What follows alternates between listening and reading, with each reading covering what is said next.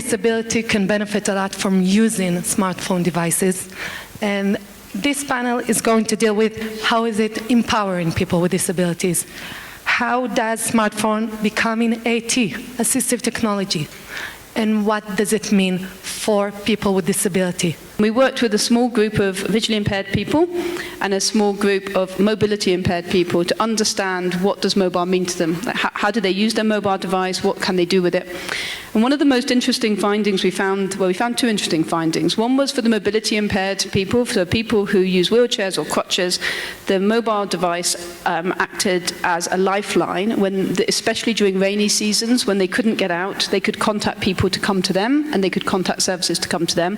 But the other interesting thing we found with the visually impaired group was that everybody used what we call feature phones, so for those button phones, except for one person who had a smartphone. And that smartphone was more inaccessible than a button phone. And the reason it was more inaccessible was partly because the people who made the phone hadn't bothered to label all the buttons on the device, and also because the interface lagged behind. So that person, when they tried to top up their phone, if they wanted to pay with anything with M-Pesa, they had to hand their phone over the counter and trust that this person would not take their money and would give them exactly what they needed. And so we talked about how did they build that trust. And they built it by very slowly depositing very small amounts of money over a lot of time till they found one shopkeeper that they trusted, but it meant they only went to that shopkeeper. So from that time, we had research partners like Dr. Mathari here in Jomo Kenyatta University. But we also have Bernard Shiver here doing more of the innovation work, and we were really keen to accelerate that and work in here in Kenya, but we're also running this project in India with our research partners there and in Brazil, and we're hoping to develop impact. And I'm going to hand over to Pascal, who knows all about impact. At AT scale, we have a very ambitious goal. We're trying to ensure that 500 million more people who need assistive technology can access it by 2030. That's a huge goal. And if we can't leverage smartphones as AT, we'll never reach that goal. One of the reasons why we were set up was because there's this massive inequity today in access to assistive technology. As you're all familiar with here in this room, in the Africa continent, for example, on average, only 10% of those who need assistive technology access it, right? And that is completely unacceptable. So again, smartphones, I think, represents a huge opportunity to increase that access. And in fact, we're already seeing it, and we'll see more of it probably. It'll replace standalone assistive technology devices that are much more costly to buy, to maintain, etc.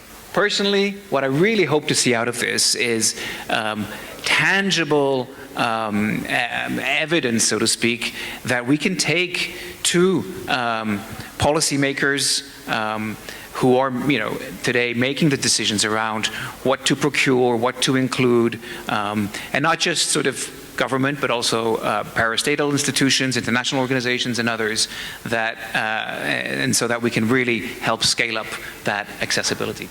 Google is funding the acquisition of 500 phones in India, in Kenya, and in Brazil, half dedicated to people with visual impairments, half dedicated to people with hearing impairments.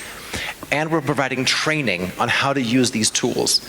Because the idea is if you have a device that works for you and you know how to use it properly, the risk of it being passed on is much less, because now you can go bank. You can build up your hustle, you can do email, all these things that you get to do when you have a modern smartphone. So we wanted to see if you have a tool that's useful and you're taught how to use it, what does it do for your life? So this is a year-long study, and we're going to have check-ins every handful of months, and we'll get to see how is this changing people's lives. And then what we at Google get from this is also a spectacular opportunity to work with the community, learn about what's working and what's not working, so we can make them better, and then everybody benefits. Please tell us a little bit about your experience with this amazing thing. How did it work for you? What new things have you learned while using it? As a user of this device, I am very appreciative unto it, because it has opened an opportunity and it has helped me, and it has enabled me to work with the community as a media person. As a user for this app, I have learned one thing. It has live captions, it can be transcribed, and it can help me remember the world we live in with technology. If I want to continue with my own education like I want to do now, I can use these live captions, the transcribed ones. If I have an emergency and I have an interpreter, then I don't have an interpreter, I can use this. And for this, you don't have to pay an interpreter, and it is very helpful for me. Recently, I had a meeting, a very important meeting, and I was stuck. How do I get an interpreter? I just used this live captions transcriber, and I was able to have communication. And we will now pass it on for Dr. Mitari. What do you think this project, this research, can you benefit from? For the Center of Excellence to be around, I see the merger or the coming together of all assistive technologies that are required by the disability population. And within that, I see opportunities because the areas of those people who require a technology to hear for them, a technology to talk for them, a technology to feel for them, a technology to walk for them, a technology to shop for them, a technology to interpret what others are saying within the room, right? All those technologies, when they are brought together, and then the university as a platform is used as a means to sensitize the public and also advise on what is necessary in the inclusion, for inclusion in the list of priority 80 by the MOH, those which can be listed and given freely, then the university is proud to host the Center of Excellence on that line. Number two, we are interested in the training and research in order that we can create evidence from the use, because the manufacturer, the innovator, and manufacturer brings the AT object or AT app or AT tool, but then the university is able to generate evidence on what is working and what is not working. Now, the Center of Excellence also is linked to the MOH, that is the Ministry of Health of Kenya, and therefore that is why we are also saying that we are able as a university to influence the inclusion of ATs in the list of priority prescribable items that they are supposed to be taking or giving through the national insurance.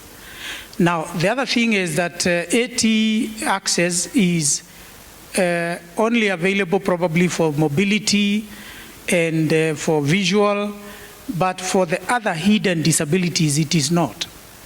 And the Center of Excellence can become or is envisaged to be the platform on which sensitization of the public and also the politicians and the influencers will take place. Capacity building will also be used, be one of the focus of the Center of Excellence for the region, for the counties in Kenya and for the region in Africa. What does accessibility means in terms of using smartphone for people with disability? What do we need to improve accessibility-wise? Accessibility is never done. There's always room for improvement. There are different people with different needs. Different people have complex needs. So there's always a need to continue to improve.